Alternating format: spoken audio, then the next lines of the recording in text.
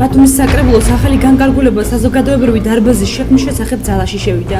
საზოგადოებრივი დარბაზი წარმოადგენს საკრებულოს სათათბირო საკონსულტაციო ორგანოს, რომლის შექმნის მიზანს ადგილობრივი თვითმმართველობის საქმიანობის გამჭვირვალეობისა და თვითმმართველობის განხორციელებაში მოქალაქეთა მონაწილეობის ხელშეწყობას წარმოადგენს. დღევანდელ შეხვედრაზე განხილული იქნა ის პრობლემები, რაც გასულ წლებში საზოგადოებრივ დარბაზების ფუნქციონირებაში იყო გამოკვეთილი. მთავარი მიზანი მოქალაქეთა მოტივაციის ამაღლება აუცილებელია, რასაც თავის მხრივ გამგეობის რწმუნებულებით, მერის რწმუნებულებით დაგვეხმარება ამ ყველაფერში. მოუწოდებთ თითოეულ მოქალაქეს მივიდეს თავის ტერიტორიულ ერთეულში, შეავსოს განაცხადის ფორმა და გახდეს საზოგადოებრივი დარბაზის წევრი. ეს არის განკარგულება, რომლის თანახმადაც დღეიდან ერთი თვის განმავლობაში ყველა ადმინისტრაციაში, ყველა მერის რწმუნებულთან ხორციელდება რეგისტრაცია ყველა იმ სურველი პირის, რომელიცაც 18 წელზე მეტი შეუსრულდა და მზად არის, რომ მიიღოს მონაწილეობა ქალაქის მართვის პროცესში. ჩვენ მეორე მხრივ თავაზობთ ეფექტური და თავისუფალი მართვის მექანიზმებს. ჩვენ საკრებულო, ამ შემთხვევაში და მერია ნათლად აცხადებს, რომ ჩვენ არ ვაპირებთ ჩავერიოთ არც ერთი ჩვენი მოქმედებით დარბაზების საქმიანობაში და მეცაც გეტყვით, ჩვენ ვაპირებთ დამატებითი პარტნიორები ვიპოვოთ მათი სახით, ამიტომ ჩვენთვის მნიშვნელოვანი იქნება დარბაზების ეფექტური მუშაობა.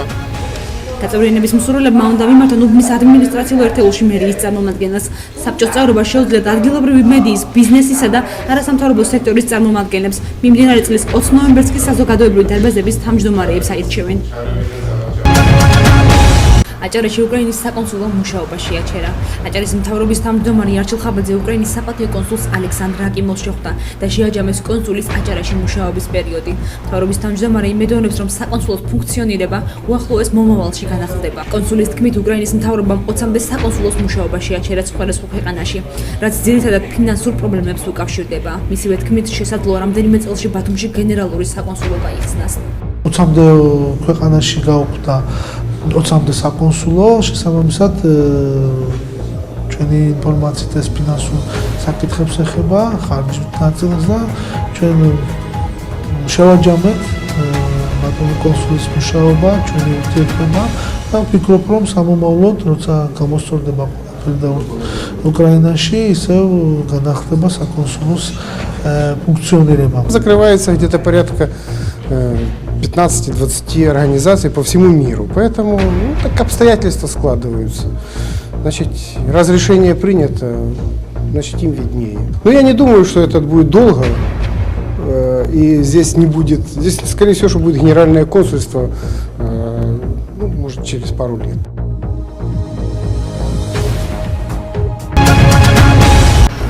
შავი ზღვის ფლორისა და ფაუნის შემსწავლეს სამეცნიერო კვლევით ცენტრს ახალი ხელმძღვანელი ეყოლება. მერის განცხადებით, დავით ლეკვეიშვილი საჯარო რეესტრში რეგისტრაციის შემდგომ ოფიციალურად შეუდგება სამსახურს. მერი ასევე აღნიშნავს, რომ საკადრო ცვლილებები არ არის დაკავშირებული საკადრო პოლიტიკასთან. გიორგი ერმაკოვის განცხადებით, სტრუქტურული და საკადრო ცვლილებები იგეგმება. ზოგიერთი IP და შეპესე, რომელიც მერის დაფუძნებულია და მერის მართვაშია, შესაძლოა დაუბრუნდეს მერიას ურთიერთშეთანხმების საფუძველზე. გადაცემული იყო ის მართვაში კერძო კომპანიებისათვის დაუბრუნდეს ისინი მერიას ურთიერთშეთანხმების საფუძველზე. ჩვენი შეხედულებები გაგვაჩნია ამასთან დაკავშირებით. გვინდა შევიტანოთ რაღაც სიახლე ამ ორგანიზაციების არსებობაში. ეს არის სტრუქტურული ცვლილებებიც, ეს არის საკადრო ცვლილებებიც, ეს არის რეორგანიზაციებიც. დაიწყება მერწმუნედ კიდე იქნება. უშუალოდ ეს ცვლილება არ არის საკადრო დაკავშირებული თვით თქვათ საკადრო პოლიტიკასთან. ქალბატონი ნატალია იყო და არის საკრებულოს წევრი, ამიტომ ორ ფუნქციას ერთად უკვე ვერ შეითავსებს იმ პირობებში, როცა მერიის დაფუძნებული ორგანიზაციის ხელმძღვანელი უნდა იყოს უშუალოდ მის დაქვემდებარებაში არსებული. ქალაქის მერმა გიორგი ერმაკოვმა უკრაინელ ჟურნალისტებს უმასპინძლა. შეხვედრაზე მერმა და სტუმრებმა ახალი სარკინიგზე საბორნე ხაზის გახსნასა და მის მნიშვნელობაზე ისაუბრეს. შეხვედრაზე ასევე განიხილეს სამ ქალაქს ოდესა, კონსტანცა, ბათუმ შორის სამომავლო მეგობრული ურთიერთობები და თანამშრომლობის განვითარების პერსპექტივები. Открылся новый рейс Ильичевск, Констанца, Батуми. И с учетом того, что Констанца является крупнейшим портом Евросоюза на Черном море, то сейчас открываются совершенно новые возможности для развития сотрудничества между Евросоюзом и странами Кавказа. Мы надеемся, что сейчас в рамках черноморского сотрудничества эти наши связи будут крепнуть, расширяться на благо всех стран Черноморского региона и в частности Аджарии. ძალიან მრავალმხრივი დელეგაცია იყო, სხვადასხვა სფეროს გამშუქებელი ჟურნალისტები იყვნენ, ესე ვთქვათ, ჩამოსული.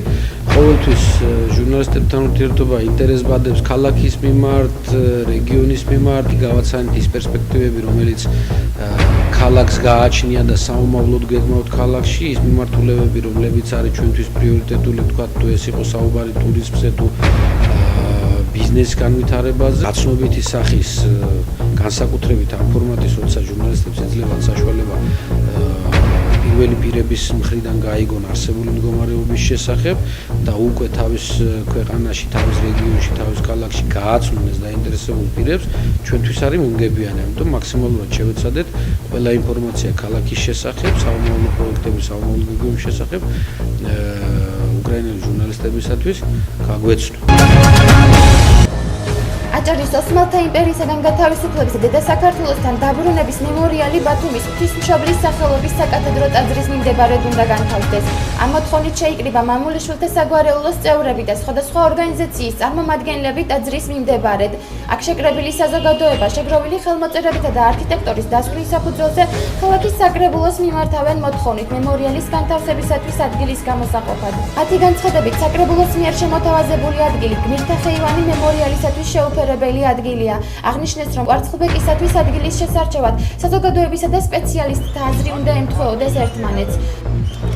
ჩვენ დღეს საზოგადოების აზრს წერილით, ხელმოწერილით დადასტურებულს არქიტექტორის დასკვნით შევიტანთ ქალაქის საკრებულოში და მოვიხდხობთ, რომ უახლოეს დროში გადაწყდეს ადგილის გამოყოფის საკითხი, სადაც აღიმართება აჭარის დედა საქართველოსთან დაბრუნების მხედველობაში გვაქვს ოსმალთა ბატონობისაგან აღსანიშნავი მემორიალი დაიდგმება. ბუნებრივ ქვაზე ხელშეუხლებელ ქვაზე, როგორც ჩამონატეხი ქვა, ზედ გაკეთებული იყო კომპოზიციები და ეს კომპოზიციები შევარჩიე მე აი აჭარის მარგალიტები ასე უწოდებდი მე და აი ეს კომპოზიციები არის აქ წარმოდგენილი ბრინჯაოში ჩამოსული, რომელიც დაიძერწა ზედ ქვაზე, შემდეგ ჩამოისხა თბილისში ბრინჯაოში და აწი რომ ნახავს თავის ადგილს, დამაგრდება ყველა კომპოზიცია თავის ადგილას. ეს არის 2 მეტრის სიმაღლის ქვა, რომელიც შედგება მეტრონახევარ პედესტალზე. არქიტექტორმა ასე ისურვა და ასე მოუხდა აი ამ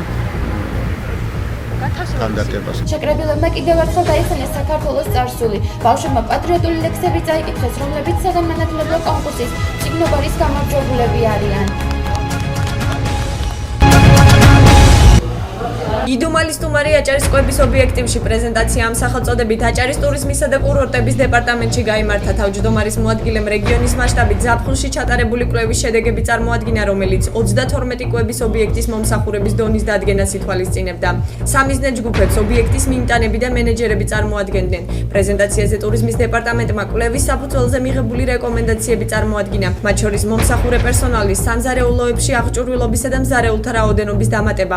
ასევე აქცენტები გაკეთა მომსახურების სისწრაფის აუცილებლობაზე. ტურიზმის დეპარტამენტს კერძების ხარისხის მიმართ შენიშვნები არ აქვს. ტურიზმის დეპარტამენტმა ჩააგზავნა კვლევა, ესე იგი ფარული სტუმრის სახით და გაირკვევა თუ რა, ესე იგი არის გამოსასწორებელი კვების ობიექტებში. კვების ობიექტებსაც აქვს თავიანთი შეხედულებები და ალბათ ამაზე ვიმსჯელებთ და ვისაუბრებთ. მოკლედ წლევანდელ სეზონზე აჭარის ტურიზმის დეპარტამენტმა გააკეთა სერვისის ანალიზი კვების ობიექტებში. ეს მოხდა იდუმალის სტუმრის მეთოდოლოგიის გამოყენებით და მიზანი ჰქონდა შემდეგი გაერკვია ის თუ რა გამოწვევების წინაშე დგას ზოგადად მომსახურების სფერო კვების ობიექტებში და ასევე გაეკეთებინა იმ პროექტების შეფასება, რომელიც ჩვენ გადამზადების კუთხით განვახორციელებთ გასული 3 წლის განმავლობაში.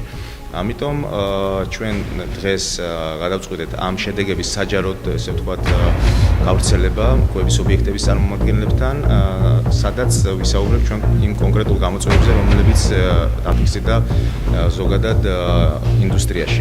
თუ ჩვენ კონკრეტულ პრობლემებზე ვისაუბრებთ, ეს შეიძლება იყოს მომსახურების სისწრაფე, ეს არის ასევე პროდუქციის გაყიდვის კუთხით პრობლემების, მარკეტინგის წარმოების ნაკლებობა, ეს შეიძლება იყოს ინფრასტრუქტურასთან დაკავშირებული პრობლემები, როგორც არის პარკინგის ინფრასტრუქტურის არასაკმარისი რაოდენობა და ასე შემდეგ.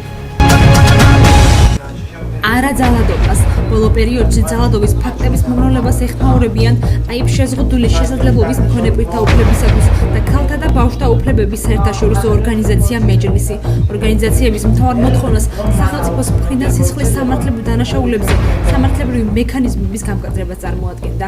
ამასთანავე ისეთი პროგრამის შემუშავებას, რომელიც ადრეულ ასაკში დაქორწინებულ წყვილებს დაეხმარებათ. ჩვენ გადავწყვიტეთ, რომ არსებული გარკვეული წვლილი შევიტანოთ ჩვენაც ამაში და ჩვენი გზები, ჩვენი ძალებით შევძლოთ მათი მონაწილეობის მიღება. უნდა ჩატარდეს კონსულტაციები, ყველასთვის უნდა იყოს გააზრებული, რომ ყოველი ოჯახში გამართული ძალადობა ეს არის ჩვეულებრივი მოქალაქის მიერ ძალადობა. უმკაცრესი ზომები უნდა იქნას მიღებული ოჯახური ძალადობის მიმართ და ამ მაგალითი უნდა ვაჩვენოთ, შედეგი უნდა დადგეს და ამის შემდეგ უკვე სხვა ალბათ იმედია აღარ გაიმეორებს მსგავს. პერფორმანსი არა ძალადობა, ვეხმაურებით ქალთა ძალადობას და ჩვენი ორგანიზაცია გმობს ქალთა ძალადობას. ვფიქრობთ, რომ სახელმწიფომ უნდა მოახდინოს რეაგირება ქალთა ძალადობასთან დაკავშირებით. დროულად უნდა მოხდეს სისხლის სამართლებრივი დანაშაულებზე სამართლებრივი რეაგირება, აგრეთვე გამკაცრდეს სამართლებრივი მექანიზმები სისხლის სამართლის კოდექსში და ჩვენი ორი ორგანიზაცია ვაყენებთ მოთხოვნას, რომ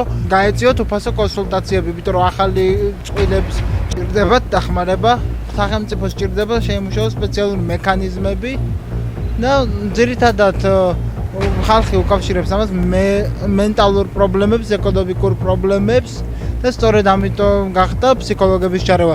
თუნდაც ფსიქოლოგიის 1 საათი დამამთავრებელი კლასებისათვის. ორგანიზაციის წევრებმა პერფორმანსი მოაწყვეს, რომელშიც ისინი ძალადობის ფაქტებს გმობდნენ. ბათუმის მერი გერმანიის საფეხბურთო კლუბის ბაბელსბერგის წევრებს შეხვდა, რომელიც ბათუმის თასის მოსაპოვებლად გამართულ ტურნირში მონაწილეობდნენ. შეხვედრის თემატიკა საქართველოსა და გერმანიას შორის ურთიერთობების განვითარებასა და თანამშრომლობას წარმოადგენდა. ასევე გაცვლითი პროგრამების ხელშეწყობას და ტურისტული გარემოს გაცნობას. საერთაშორისო ტურნირი 23 ოქტომბერს დასრულდა და მასში გერმანიის, აზერბაიჯანისა და ბათუმის ორი კლუბი მონაწილეობდა. ყოველივე ეს ალბათ ემსახურება უფრო არამხოლოდ ქალაქების, არამხოლოდ ახალგაზრდების, ქვეყნების დაახლოება, ჩვენს ქალაქსაც პოპულარიზაციას უწევთ, ეს ერთი. და ყველაზე მთავარი, რასაც ვახერხებთ, ევროპული სახელმწიფოებიდან თუნდაც იყო გერმანიაზე საუბარი, რაც უფრო მეტი სტუმარი გვეყოლება, ეს ერთხელ ამბობ მომსახურება ქალაქის განვითარებას. ჩვენი ჩამოსვლის მიზანი გერმანიისა და საქართველოს გუნდებს შორის ურთიერთობების აგება და თანამშრომლობა. ასევე ყოველწლიურად ახალგაზრდა ფეხბურთელების ორმხრივი გაცვლა, რაც შეეხება მატჩებს საკმაოდ კარგი თამაში. ჩვენ ახლა სასტუმრო შერატონის საკონფერენციო დარბაზში ვიმყოფებით. რამდენიმე წუთში აქ ჭადრაკში ევროპის ჩემპიონატის მეხუთე შესარჩევი ტური დაიწყება, რომელშიც მონაწილეობას 40-ზე მეტი ევროპული ქვეყნის 1000-ზე მეტი მონაწილე მიიღებს. ახალგაზრდებს თამაშის მოსაგებად და მოწინააღმდეგის დასამარცხებლად 5 საათი ეძლევათ. ახალგაზრდა ჩემპიონი ჭადრაკში შესაძლოა აქედან ერთ-ერთი მონაწილე გახდეს. ეს კადრები 3 დღის წინ რიგით მეხუთე ტურის დაწყებამდეა გადაღებული. ჩემპიონატის მონაწილეები ამ წუთებში ჭადრაკში ევროპის პირველობისთვის საბრძოლველად ემზადებიან. წინასწარ ვამზადება ჩემს გონებას, რომ ვითამაშო კარგად. ახლა ხვდები ესპანელ მოჭადრაკეს გარსია მარტინ მატას, რომელიც დაახლოებით ჩემი ასაკისაა. ეს საკმაოდ ძლიერი მოჭადრაკე, რადგან რეიტინგიც საკმაოდ დიდი აქვს. წინასწარ არ ვიცი ზუსტად რა იქნება, მაგრამ მე ვთვლი, რომ შემიძლია კარგად ვითამაშო.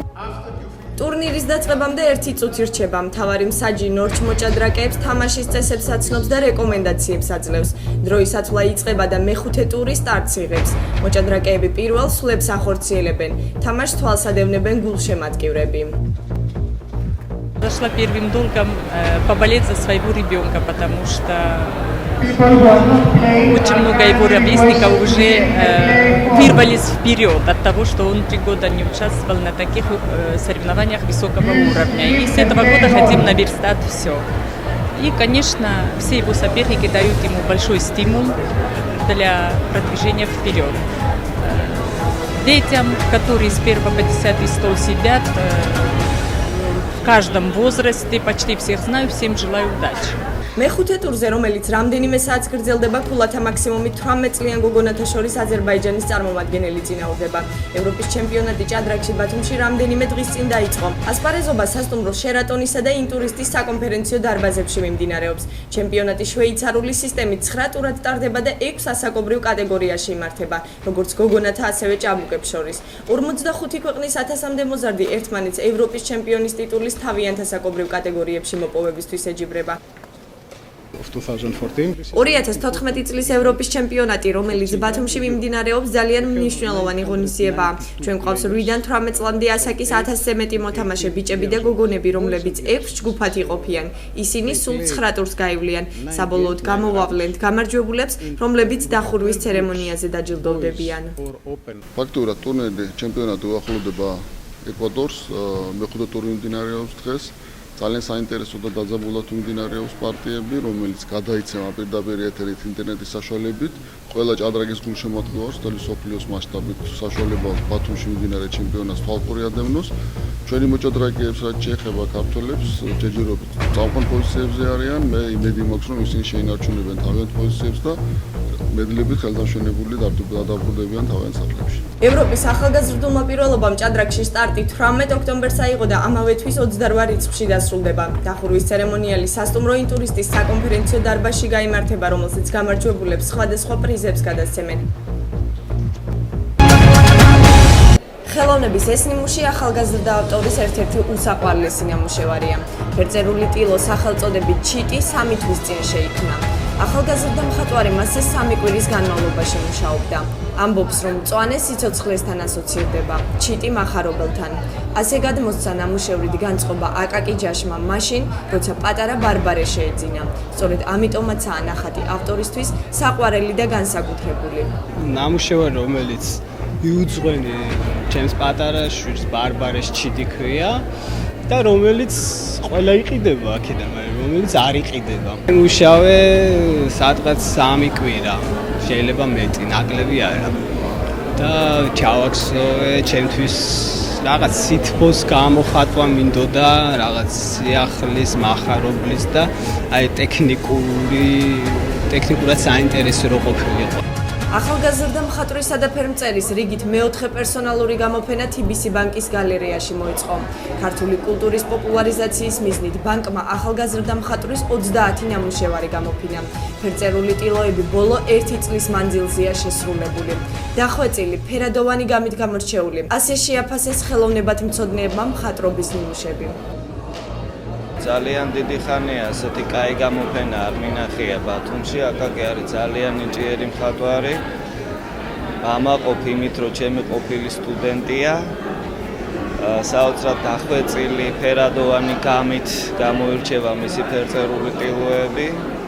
და ეს არის ტიპიური თანამედროვე მხატვრობა, აბსტრაქტული კომპოზიციები, რომლებიც მართლაც ძალიან მიმზიდველია და ალბათ დამთვალიერებელს ბევრი განჟის საგანს და თემას მიაწოდებს. მინდა მას მიულოცოს შესანიშნავი ვერნისაჟი. ბათუმის TBC გალერეამ თავის საგამოფენო სეზონი გახსნა აკაკი ჯაშის პერსონალური გამოფენით. ჩვენ ეს ადამიანი აღმოვაჩინეთ სოციალური ქსელის საშუალებით, მოვიხიბლეთ მისი ნამუშევრებით და გადაწყვიტეთ გაგვეკეთებინა მისი პერსონალური გამოფენა. TBC ბანკის გალერეები მდებარეობს თბილისში, ქუთაისში და ბათუმში. თბილისში 2005 წელს დაარსდა და აქტიურად იღებს მონაწილეობას კულტურის განვითარებაში. ახალგაზრდა მხატვარი, ფერმწერი და გრაფიკოსი აკაკი ჯაში ფილმების ჩაიკას და ომი და ქორწილის მხატვარი იყო. 2013 წელს მონაწილეობდა დანიის სახელოვნებო პროექტში. ბათუმის TBC გალერეა აკაკი ჯაშის გამოფენა 7 ნოემბრის ჩათვლით უმასპინძლებს ფერწერული ნიმუშების ნახვას ნებისმიერი მსურველი 2 კვირის განმავლობაში ყოველდღიურად შეძლებს. ქართული ხალხური ფოლკლორის შემსრულებლებს ამჯერად საზაფხულო თეატრმა უმასპინძლა. ახალგაზრდებში კულტურული ღირებულებების, ქართული ტრადიციების და მემკვიდრეობის შენარჩუნება გაგრძელების მიზნით გამართულ ღონისძიებაში საქართველოს სხვადასხვა კუთხის ანსამბლები მონაწილეობდნენ. კონცერტის მონაწილეები მიესალმებიან მსგავსი ღონისძიებების ჩატარებას და აღნიშნავენ, რომ ამ მიმართულებით მეტი ყურადღებაა საჭირო. ქართლის, კახეთის, გურიის, სამეგრელოს, სვანეთისა და აჭარის წარმომადგენელ ანსამბლთა შესრულებამ მაყურებელში კიდევ ერთხელ აღფრთოვანება გამოიწვია. კონცერტის პარალელურად მაყურებელს საშუალება ჰქონდა ენახა და შეეძინა საქართველოს სხვადასხვა კუთხის ტრადიციული ხელნაკეთი ნიმუშები. ღონისძიება ქალაქ ბათუმის მერიის ორგანიზებით ჩატარდა. ახალგაზრდული ფოლკლორის დღეების ფესტივალი ბათუმში პირველად გაიმართა. ქალაქ ბათუმის მერიის სპორტსა და ახალგაზრდობის განყოფილების ხელმძღვანელობით წელს ტარდება ახალგაზრდული ფოლკლორი დღეები. მონაწილეობას ღებულობს საქართველოს სხვადასხვა კუთხეების ფოლკლორი ჯგუფები. იყო ფილმების ჩვენება, სადაც ჩვენ ვიხილეთ სხვადასხვა ტრადიციების თუ კულტურის შესახებ დოკუმენტური ფილმები, ასევე ქონდა გამოფენები. აუცილებელია ეს მსგავსი ღონისძიებები, რომ ახალგაზრდობაში პოპულარობა პოვონდა, ეს ჩვენი ტრადიციები შენარჩუნდეს და გააგრძელდეს. ესეთი დღეები ნამდვილად მნიშვნელოვანია ქართული ფოლკლორისთვის, იმიტომ რომ ცოტა მივიწყებულია. ეხლა ნელ-ნელა გამოფხიზლებას ეძლევა რა ეს ქართული ფოლკლორი და უფრო მეტი ყურადღება რო იყოს გაცილებით უკეთესი იქნება. This is our first time in Georgia. მუდრედიდან ჩამოვედით და პირველად ვართ საქართველოში. ხალხი ძალიან მეგობრული და სტუმართმოყვარეა.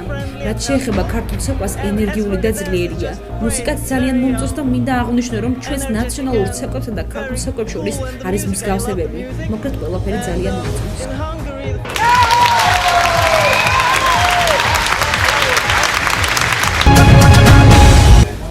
ევროპის საჭადრაკო კავშირის საპრეზიდენტო საბჭოს ხდომა გაიმართა სასტუმრო რედისონში. საპრეზიდენტო ბორდმა ყველა ის საკითხი განიხილა, რომელიც რიგ გარეშეს ხდომაზე გაიტანეს.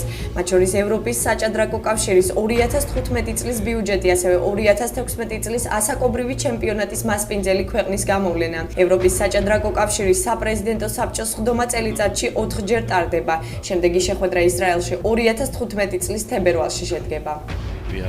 საპრეზიდენტო ბორდის წევრების შეხვედრა გვაქვს, რომელიც ამჯერად ბათუმში ტარდება. დისკუსიები ევროპის საჭადრაკო კავშირის ბიუჯეტის დაგეგმვასთან დაკავშირებით იმართება. ისაღება სტრატეგიები თუ რა უნდა გაკეთდეს, რა უნდა გაუმჯობესდეს. სხდომის ძირითადი მიზანი 2015 წლის ბიუჯეტის დაგეგმვაა. გენერალურ ასამბლეაზე კი დავამტკიცებთ იმ ღონისძიებების სიას, რომლებიც მომავალი წლისთვის უნდა გაიმართოს. არის ბიუჯეტი, რომელიც წინა ხელმძღვანელობის მიერ იყო დაგეგმილი და ჩვენ არ მოგწონდა ეს ბიუჯეტის ეს დაგეგმარება არც შემოსავლით ნაწილში, არც გასავალში. ამიტომ ჩვენ გადავგეგმეთ ეს ბიუჯეტი. ასევე მნიშვნელოვანი მომენტი იყო ის, რაც მე გავაჟღერეთ დღეს, რომ საქართველოს ბანკი იქნება გენერალური სპონსორი ევროპის საჭადრაკო კავშირის და გავაჟღერე ასევე თანხა, რაც უკვე ჩაიდო 2015 წლის ბიუჯეტში.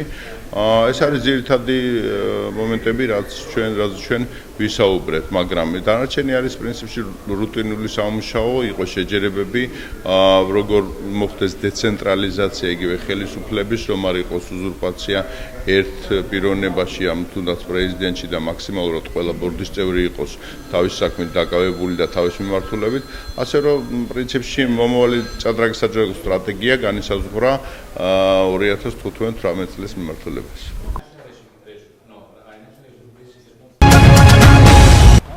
გიყვარდეს ბათუმი და უყვარდე მასაც. რას ნიშნავს ბათუმელობა თითოეული ბათუმელისათვის? ამ ერთ კითხვაზე გაცემული სხვადასხვა პასუხი. საინფორმაციო გამოშვების ყოველკვირეულ რუბრიკაში ბათუმელი. სიმართლე გითხრა, ბათუმელი ალბათ ჩემთვის უფრო მეტად რაღაც მაგის საპასპორტო მონაცემია. ძალიან ბევრ ადამიანს უწერი ალბათ. ვისაც აღარც ვიცი, მე მგონი აღარ წერენ პასპორტში, მაგრამ გულისხმობ შინაარს, რომ თუ კი ბათუმში დაიბადე, ხარ ბათუმელი და რამდენად იღწევი მე შენი ქალაქისთვის რასაკეთებ იმისთვის, რომ დარჩეს უნდა შენი კვალი ან შენი თავი და ამასწორდეს მინიმუმ ერთ მეზობელს მაინც, მე ვფიქრობ ეს კიდე სხვა თემა არის. რაღაც განსაკუთრებულ სამოში ვერაფერს ვერ ხედავ. ვფიქრობ უფრო ბიოლოგიური ტერმინი არის დაიბადა ბათუმში, არის ბათუმელი, სხვა არაფერი. ბევრი ვიცი რომ საერთოდ არის ბათუმელი და უფრო მეტად უყვარს ვიდრე კარენოი ჭალებში ბათუმელს. პირიქით, რა თქმა უნდა, ასეც ხდება.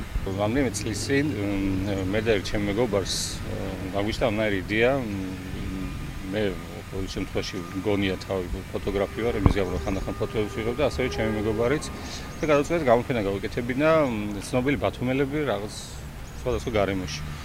და დავიწყეთ სიის შედგენა, ეს ხდება, არ ვიცი, შეიძლება 5-6 წელი დაახლოებით. აქ წავაწყეთ რაღაც პრობლემას, რომ რა არის ბათუმელი, ნუ დაახლოებით იგივე პრობლემას ახლა რასაც თქვენ მე მისვამთ და ნუ ეს კი არის ბათუმელი, მაგრამ ნუ ვიღაცა ამოშოვის რა ის ბათუმელი, ბათუმში არ დაიბადა, ჩამოვიდა რაღაც ხაშურიდან. მე პირიქით ეს დაიბადა, მაგრამ სად არის კაც ბავშვობაში წავიდა ხაშურში და ასე შემდეგ და ნუ ძალიან გავიჭედეთ ამ თემაზე, ვერ მივხვდით რომ ვინ შეიძლება და ყოფილიყო ბათუმელი. ამ ყოველ შემთხვევაში გამختارიყო ამ სიის წევრი და მე მოვიფიქრეთ რაღაც შეხედვით სახუმარო მეთოდი, რომ პულსზე დავაჭიროთ თითიო და როცა ბათუმს ვხსენებ, თუ აუჩქარდება გული, ნუ ჩავთვალოთ, რომ ის ბათუმელი არის. ეს რა თქმა უნდა არცფლად სერიოზული თემა არის და მე არც გავიხორციელებია, შეიძლება ითქვას, მაგრამ მე მგონი ეს უბრალოდ მაინც დამოკიდებულება არის და შეიძლება მართლა დაიბადოს სადღაც ორიხო ზუევოში და ყველაზე უფრო გულმხურვალი ბათუმელი იყო ყველა ბათუმელს შორის.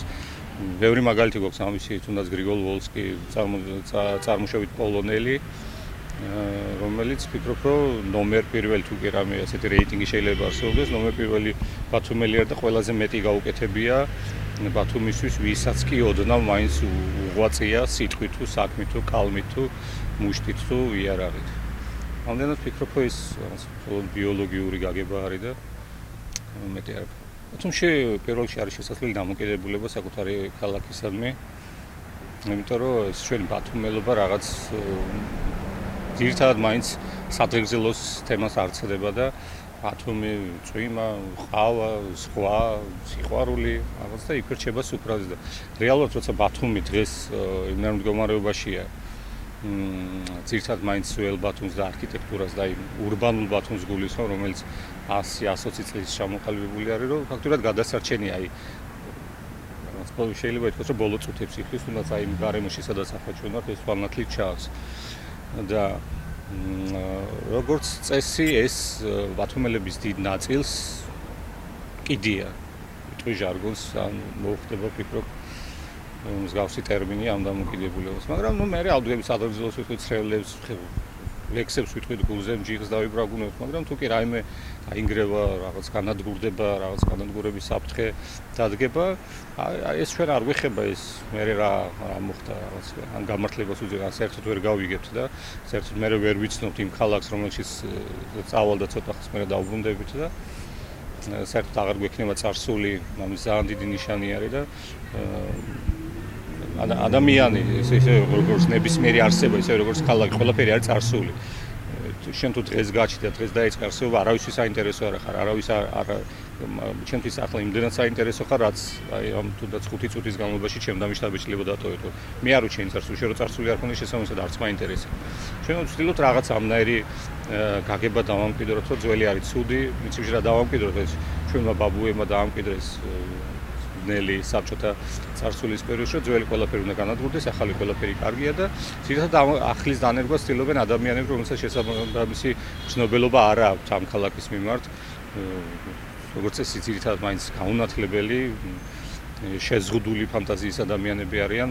შეურაცხყოფას არავის არ ვაყენებ, ფიქრობ, რომ ძალიან სიმართლეს ვამბობ, იმიტომ რომ მე მიხდება ამ ადამიანებთან ურთიერთობა და იმის გამო რომ ადამიანებს აქვს ბევრი ფული და დიდი მადა, ბევრ ამას ხვეტენ ამ ქალაქში და ეს არის საშინელებო და იმდენ საშინელებო, რომ სიმართლე გითხრათ ვერც გამოსავალს ვერ პოულობ. ბათუმი როცა გაჩნდა, თავიდანვე გაჩნდა რაღაც იმ დროის, ანუ თანამედროვე შესაბამისად ევროპულ ქალაქად. ამას არ გაუვლია რაღაც ეტაპები, როგორც ვთქვათ, გაიარა თბილისმა, ან ქუთაისმა. კი არის რომ ბათუმი არისტოტელეს დროს ჩვენს ნახსენები ყავს, არიან ეს ჩვენ წელთაღრიცხვამდე ეს არის დაახლოებით 2500 წელი.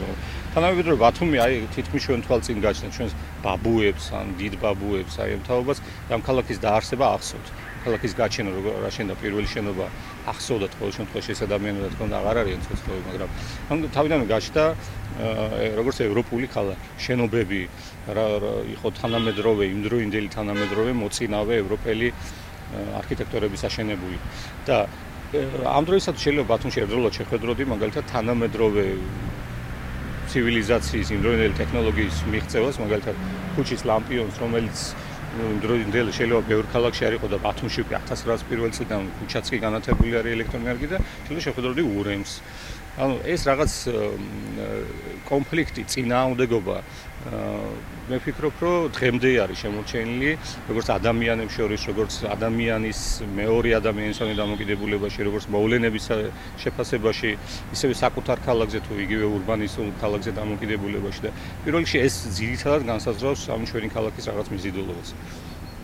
ბევრი იმდროინდელი თუ თანამედროვე პოეტი, საზოგადო მოღვაწე ეტანებოდა რაღაც აუხსნელი მიზეზების გამო ამ ქალაქს და ვიცით რომ ბევრი ცნობილი პოეტის თუ ხელოვანის შთაგონების მუზეც გამხდარა და ეს იკარგება. ბათუმის გადაქცევას ჩვენ ვცდილობთ, აი ეს ადამიანები, რომლებიც თანამედროვე ბათუმს წარმოადგენთ, რომ ის იყოს რაღაც სან-ფრანცისკო, დუბაი, თუ რაღაც დიდი მაღალი რკინა-ბეტონის შენობებით, სადაც აი ეს გაქრება ადამიანურობა, რომელიც ქალაქს ახასიათებს. ეს ბევრი ქალაქისთვის არ არის დამახასიათებელი.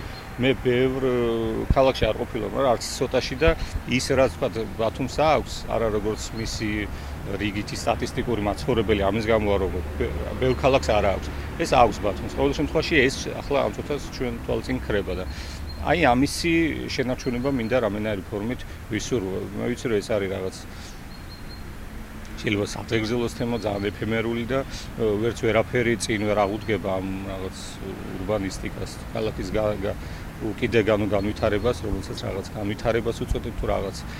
ყოველ შემთხვევაში ვცდილობთ კარგი სიტყვებით შევნიღოთ, მაგრამ ეს არის საშინელება და ეს არის აი ბათუმის დასასრული.